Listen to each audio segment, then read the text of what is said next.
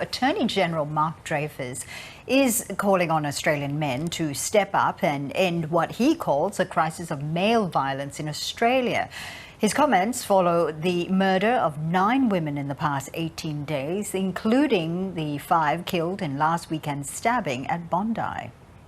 Fundamental to that shift is acknowledging that overwhelmingly violence against women in Australia is perpetrated by men.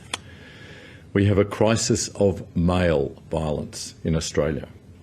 I think definitely things are getting worse. Certainly the statistics we're seeing around the murders of women, they're extremely high and, represent a national crisis.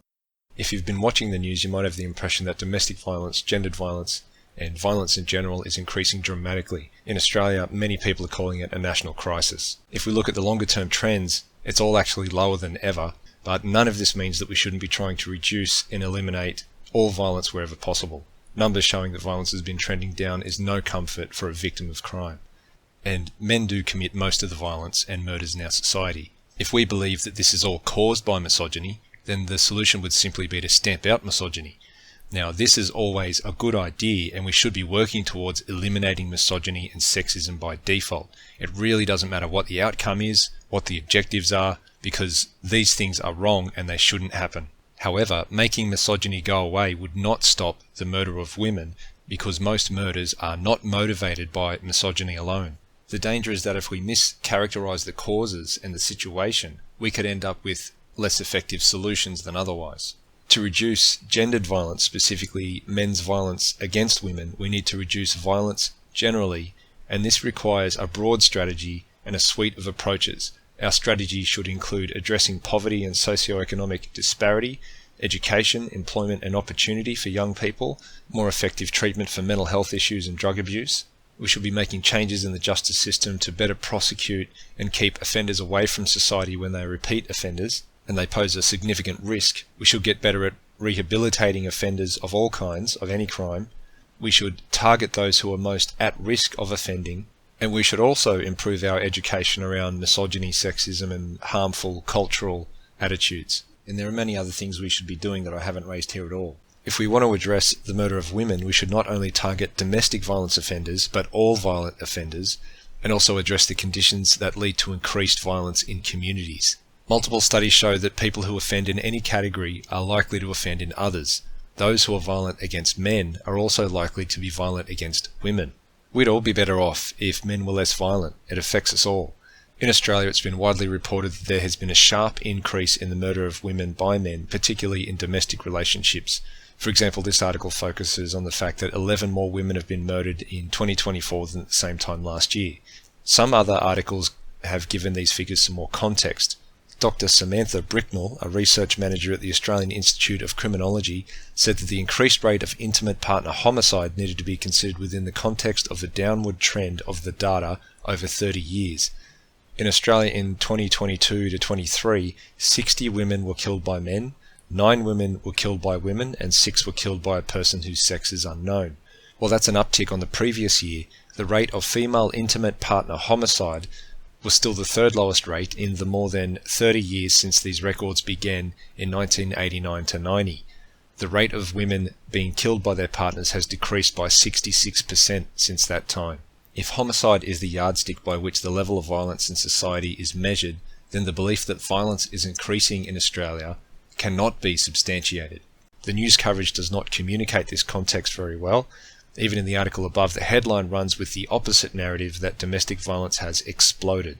Something we've been doing has had some positive effect, and we need to recognise that so we can continue to expand programs and intensify the things that do work. We need to ask why the murder rate has been dropping so dramatically, what is causing this, and what are the mechanisms. If we don't identify, understand and discuss these mechanisms, there's a risk we could inadvertently change policies and laws which can reverse that trend. We may be sitting at a low point in the murder rate before it rises again. We're not discussing the success we've had, which is dangerous. This study published in the Journal of Criminology in 2022 sought to explain why less women are being murdered over time. One possible explanation, anticipated by feminist theories of violence, is that homicide has declined as the status of women and gender equality have increased. Despite absolute and relative advances in women's educational access and achievement, labour force participation and earnings, those changes had little discernible impact on the aggregate level risk of lethal violence against women. Instead, other social and economic conditions such as falling unemployment, the shrinking of the young male population and ongoing urbanisation seem better able to explain recent improvements in women's safety. Now, if that's correct, what we can predict is that if our society starts going through a decline, we might see a return to similar levels of violence as we had in the past. What we have right now is one of the safest times in history to be a human being. 100 years from now, it could be even better, or it could be the worst time in human history, if we're not careful. One thing that is absent from the public discourse is the fact that while more DV murder victims are female, about 70% of all murder victims are male. According to the United Nations, 79% of murder victims worldwide are men. The other detail is that about 95% of convicted murderers worldwide are men. This makes it difficult to explain all gendered violence with misogyny alone. It appears they want to kill each other even more. Both men and women are quite capable of being antisocial and malicious, but why do men do so much of the killing? If you think back to the bullies in school, you might remember how the girls would try to harm each other psychologically while the boys would tend to cause harm physically. Both are quite capable of taking either approach, and they often do, but I think most people will agree that they've made similar observations themselves. If we remove men from the equation altogether and look at studies on domestic violence in lesbian couples, the evidence suggests that even though the rates of domestic violence are similar or even possibly higher compared to heterosexual couples, there is still less murder in lesbian relationships. This 2014 study showed that intimate partner homicide was highest for gay men, followed by heterosexual couples, and lesbian couples came in third. So basically, the more males are involved, the more murder occurs, no matter the gender of the victim. What we now need to talk about is that men are also victims of violent men. If you're thinking, why should we care about men killing each other? This attitude is entirely counterproductive, even if you only care about protecting women. These men who harm other men are likely to harm other women as well. They put everyone at risk. It's been well studied that people who are abused are at a higher risk of abusing others. Boys who experience violence are more likely to grow up and commit acts of violence themselves against other people. So what about the violence that boys are experiencing in their childhood? Should we not be looking at that also? While we can't say for sure that one gender is more antisocial than the other, men's antisocial behaviour is more likely to result in harm that is easier to quantify and results in more arrests and better data. Men might also underreport when they are victims of assault and intimidation, so when we look at statistics, it could be more likely to skew against male offenders and male victims. There needs to be more study and discussion about this aspect as well. If we continue to allow males to be invisible victims, we permit the cycle of violence to perpetuate itself. I'm going to quote now from a study on female antisocial behaviour.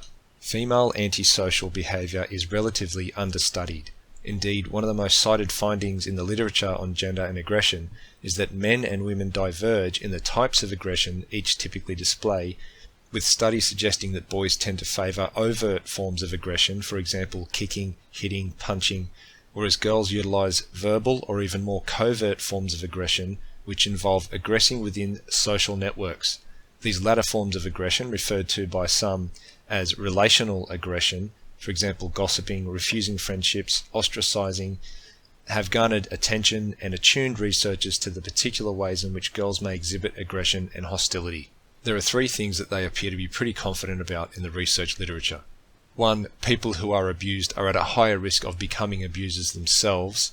2. Some women at least are capable of being antisocial and abusive, and the harm they cause is more psychological in nature compared to men. 3. Male antisocial behaviour is more likely to manifest as physical violence compared to women. If these three things are accurate, then here's another question.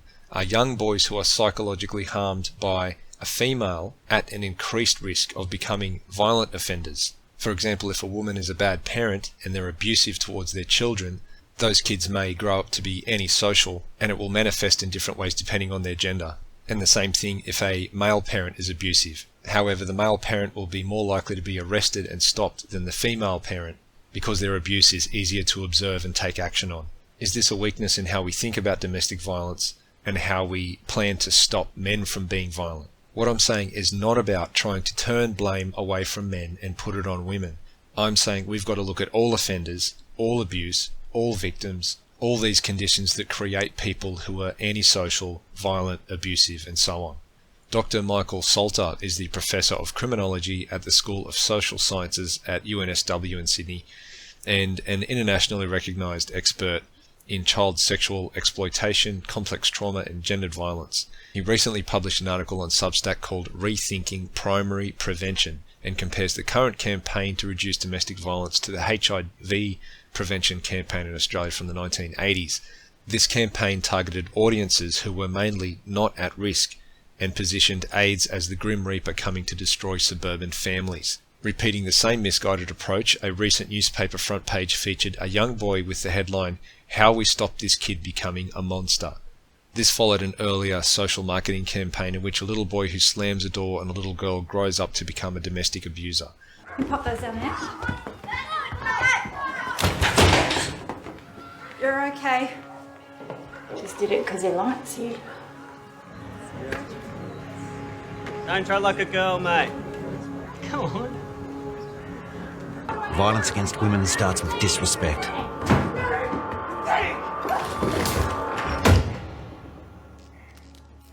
The excuses we make allow it to grow.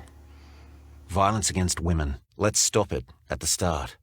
The suggestion is that all boys are at equal risk of becoming violent men and, therefore, work to reduce violence against women must remain targeted at that universal level. Situating all little boys as potential perpetrators not only risks diluting much needed resources and effort, but it also invites confusion and potentially backlash from boys and young men who were never at risk of hurting their partners in the first place.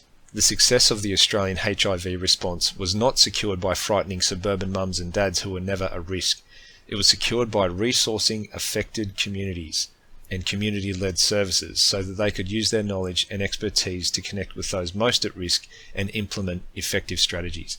In other words, HIV prevention succeeded because it worked with people most at risk, not with people least at risk. Within 1 year, new HIV infections among men who have sex with men declined by 1/4, the state's first substantial decrease in over a decade. This trend has continued to the point where, in the epicenters of the old epidemic, HIV transmission may be eradicated in the next decade. It was a specific message aimed directly at the community most affected and resourced appropriately. And in my opinion, I think Mr. Salter is spot on. A study showed that in Victoria, 2% of offenders were responsible for 50% of the harm, while 75% were responsible for 9% of the harm. So a very small number of people are doing the vast majority of the damage. People also tend to speak as if there is some kind of dichotomy between punishment and support and rehabilitation.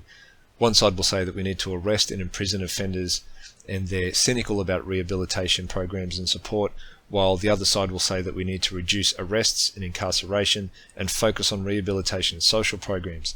Some even take this to the extreme of, for example, abolishing police on one side or abolishing social welfare on the other. We already know that these things are both effective, and it's always been that way. We've already run these experiments. We know how it works.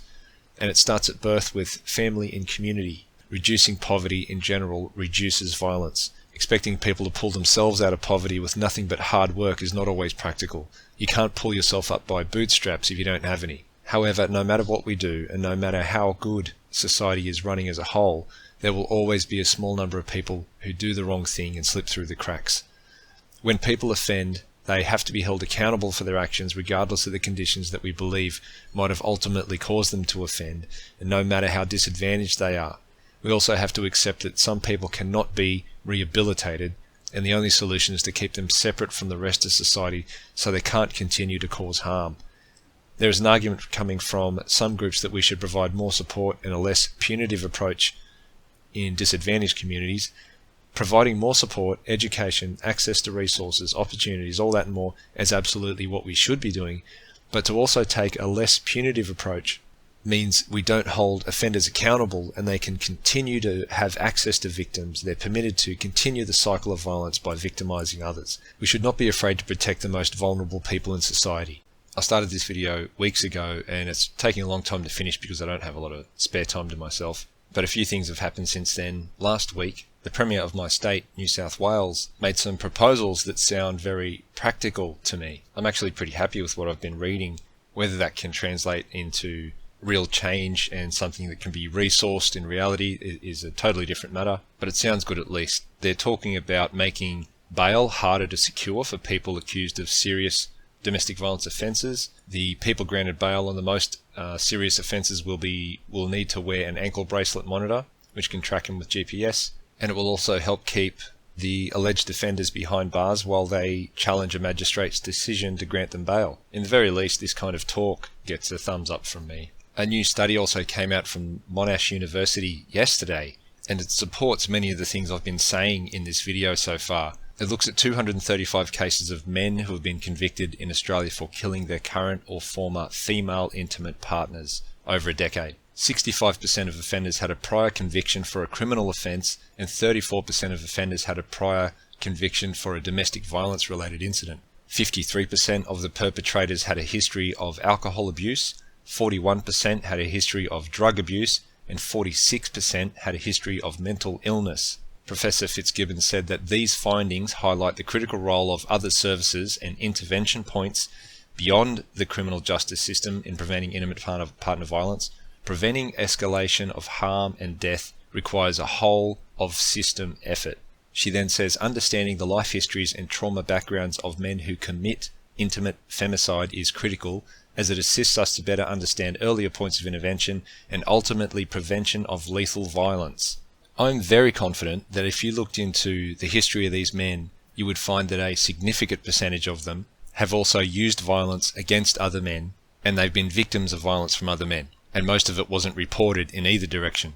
I'll finish the video here. There's a lot more we could talk about. There's a lot I haven't even brought up, but there's a few things to think about.